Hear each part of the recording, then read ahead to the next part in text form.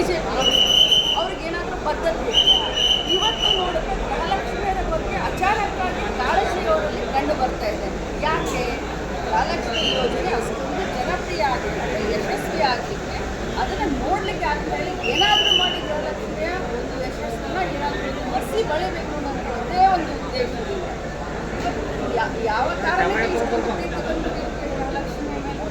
ಹಾಗೆ ಟಿವಿಯಲ್ಲಿ ಚೆಕ್ ಮಾಡ್ಕೊಂಡು ಹೋಗುವಂಥದ್ದು ಅದಕ್ಕೋಸ್ಕರ ಮಾಡಿ ಆಯಿತು. ಸದನವನ್ನು ನಾನು ತಿಳ್ಕೊಳ್ಳುವಂಥ ದಾರಿ ಕೆಲಸ ಮಾಡಲ್ಲ.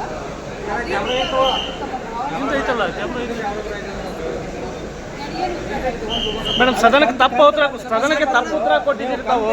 ಅಧಿಕಾರಿಗಳ ಮಂತ್ರ ಕೊಟ್ಟಿದ್ದಾನೆ ಈ ಗೊಂದಲ ಕಾರಣ ಆಯ್ತಾ ಅಂತ.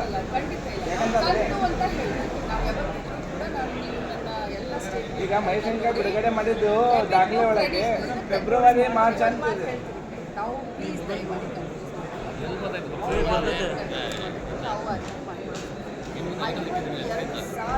ಮುಂದೆ ಇಟ್ಟಿಯಲ್ಲ ಒಂದಲ್ಲ ಎರಡಲ್ಲ ಮೂರಲ್ಲ 52,000 ಕೋಟಿ 614 ಹಾಕಿದಾಗ ನಮಗೆ 2 ತಿಂಗಳು ಹಾಕಲಿಕ್ಕೆ ನಮಗೆ ಬದ್ಧತೆ ಇದೆ.